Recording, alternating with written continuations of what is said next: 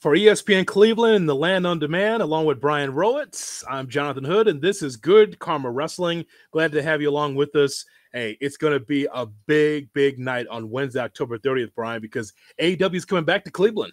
That's right. It's Fright Night, the night before Halloween, a big show for Dynamite, less than a week away. Indeed. Tickets are available at the box office as AEW will be at the home of Cleveland State at the Wolstein Center right there on Prospect Avenue East. Ticketmaster.com, or of course the box office as well. We turn to a member of the Don Callis family, friend of the program, returning again to Good Karma Wrestling. It is Kyle Fletcher. He is with us right here on Good Karma Wrestling. What's up, gang? Kyle, thanks for joining us. Looking a bit different for last time, huh? Yeah, it is. So this will not be an interview. I know you've done a number of these. This will be an intervention. We need to talk to you because last time we saw you, you were right there, right next to Sky Blue. You were there in Chicago. You guys are smiling, arguing about the cat. And now look at you. What is going on with you? What happened? I'm going through, I like to call it a quarter life crisis. That's what I've been referring to it as. Look at that. I mean, what we saw on Dynamite, Brian, was unbelievable, wasn't it? Highlight of the night, to be honest with you. It was a hell of a promo Wednesday night. Thanks, dude. I appreciate it. Yeah, felt like a pretty big turning point. I've been referring to this starting at Fright Night will be the new era of Kyle Fletcher. Obviously, new look, whatever. Wednesday felt like I was shedding the shackles of Will Osprey, so I'm very excited. Yeah. What was that pressure like Wednesday? You've had big matches before, but to have a big promo like that, what was the pressure like beforehand for you? Dude, it was so that was one that I had been thinking about for a while. It is something that I knew was coming, and I was very anxious about it. It's kind of it quite possibly the biggest opportunity I've ever had. And it's just me in a ring with a microphone for however long it was and shaving my head on live television. I don't know, man. It was a lot of pressure, but as one of my favorite people say, pressure is a privilege, and I love that pressure, and I think I thrive under that pressure. Is it true, Kyle Fletcher, that many people in your circles have said, yeah, you know, you kind of remind me of Will Osprey? Because it sounds like that got really under your skin on Wednesday night. Yeah, man, of course. I think everyone has had an experience in their life with being compared to someone. And I think when you have such big goals as I do, I feel like it's always been my destiny to be the best to ever do this. And it got to a point where those comparisons were so strong, and everywhere I looked, every time I posted something, there was a comment saying that Timu Will Osprey or something along those lines. And I was sick of it, man, because I just want to be my own man. I want to stand on my own. I want to prove that I can be the best. And yeah, I couldn't do that living in Will Osprey's shadow, so I'm not going to. You know, like Jay Hood said last time we had you on, it was you and Sky Blue, and you can do things, but then there's significant other approval. So what was the reaction like when you came home with the new haircut? Whether or not she was telling the truth, she said she liked it. She says she thinks it looks good, so I'll take her at her word, but we'll see how it goes on her.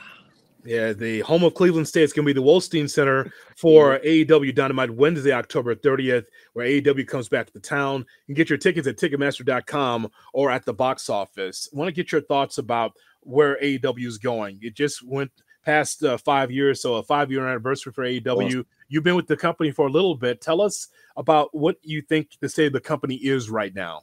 Yeah, state of the company right now. I think it is such an exciting time. Obviously, at the 5-year anniversary, we announced our new rights deal just had been signed starting next year with Warner Brothers. And I think that's just going to take this company to a new height. I think we're on the precipice of that. And I'm very excited to be a part of the company during this time. I think I am in a great position, and I look forward to hopefully being at the forefront of that new era. What has the transition been like for you over the last year or so? A lot of times you're a prominent tag team, someone gets hurt, and it means time off for you also. You've taken the opposite approach. So what's that been like for you? Dude, it's with pro wrestling, a lot of it is preparation meets opportunity. I took this negative situation and I turned it into a positive. I saw it as an opportunity to almost start over. I was introduced to AEW in a tag team. People knew me. I'm sure they probably knew the name of the tag team, probably didn't even know which one was which, right?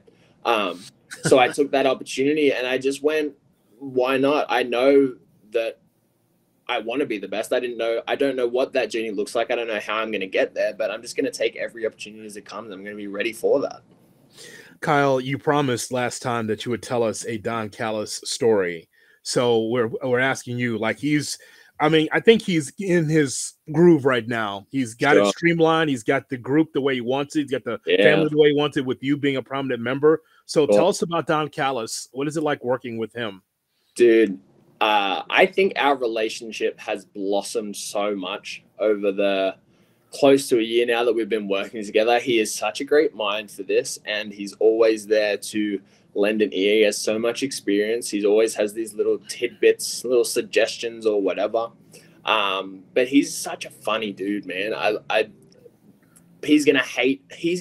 I'm sure he hates me telling any positive things about him, but he is such a funny dude. I love working with him. I love hanging out with him. And yeah, it's great to be around him. Have you seen the old tapes of Don Callis wrestling with the Ric Flair hair and the robe? Dude, have you seen some of that stuff? He loves to pull it out. He loves to show me. It's great. he in Canada, he was over, man. He had the big man. flowing robe, the hair. People have to go back and look at that stuff. He was a good worker. Dude, I know. He doesn't get his flowers. Jay Hood talked about the company and the locker room and stuff. How does that make you a better wrestler, where night in and night out, every match has the potential to steal the show? How does that push you week in and week out? Man, it's such a sink or swim environment. I think you cannot rest on your laurels. You cannot rest on what you did last time. It pushes everybody every night to go out there and be their best. And I think when you have a whole locker room of people constantly striving to be better, it's just going to raise everybody up. And that's the way it feels for sure. What's it like working with Tony Khan and the staff? Dude, I don't think I've had a single negative experience with anybody backstage. Everyone is there for each other. There's so many people that I feel like I can go to if I'm stressed about something, I don't know what to do, if I need some advice. There's countless minds there, and some of I think the best minds in the business backstage, just willing to help out, just willing to lend an ear, willing to, like, the amount of people that I looked up to growing up that have just pulled me and been like, hey, let's talk about this. And then they've just, like, told me, given me some advice out of nowhere. And it's just, it blows my mind how much knowledge there is there. And as a 25-year-old trying to make it in this business, it's the best place to be. In 2024, wrestling is more accessible than really it's ever been, internationally, worldwide, all that sort of stuff. When you were wrestling internationally, what was the mindset of getting over to America and wrestling here for an AEW?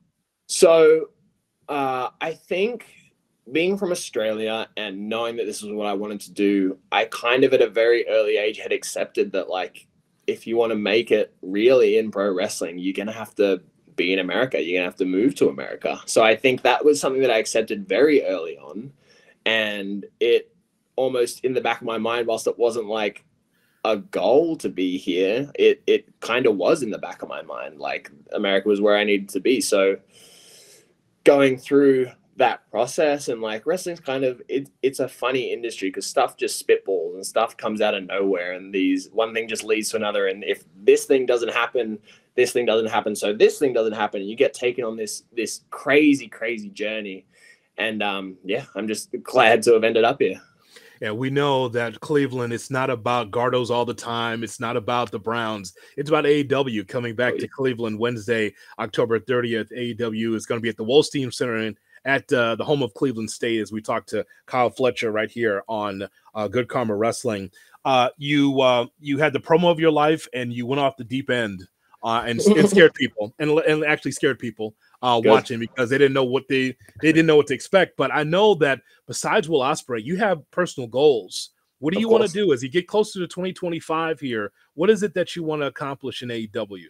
And man, I think obvious end goal that I've spoken about time after time is being world champion. World champion has always been in the back of my mind. I want to be the AEW world champion, and I know it's my destiny to be the world champion. I don't know what the journey looks like to get there. I have some other goals along the way. Like I have this opportunity now to tell a long, in-depth, real story. And I'm really excited to every week come in and think about how I can further this story and how I can really grow my character and that side of things. I don't think I've had that opportunity before, so I'm very excited for that. And that's probably the biggest short-term goal I have now.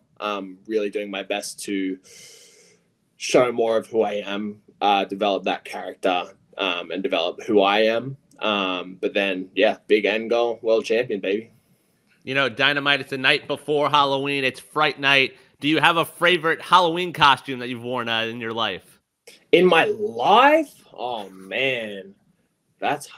Or do you have a good one planned this year, or does Sky Blue have a good one planned this year? Sky Blue has a good one planned for us. Yeah, absolutely. She will, I'm sure, post many a picture of our costumes. Okay. Well, that's a tease right there. It is. But I was wondering, like, was Halloween a big thing for you in Australia?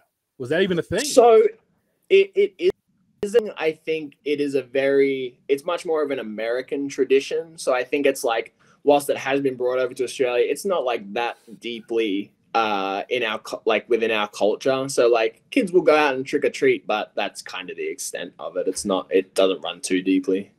Okay. All right. Well, I'm looking forward to seeing you now. We've been always looking forward to seeing you, but now what you did on Wednesday, I think it was completely just over the top. You scared people.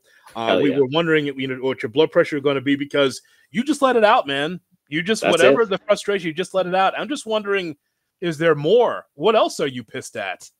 Will Osprey, dude. Will Osprey is right now at the front of my mind. I'm real pissed off about it. I think until I have put that to bed, then we'll go into my other qualms, my other frustrations. I think they'll come out eventually, I'm sure. Well, you got to see it at the Wolstein Center, Ticketmaster.com, so you get tickets, or the day of the event, go to the box office. Don't you dare miss it. AEW coming back to Cleveland. As always, Kyle, we appreciate your time. It's been a pleasure, man. Thanks for having me. Kyle Fletcher with us here on ESPN Cleveland and the Land on Demand.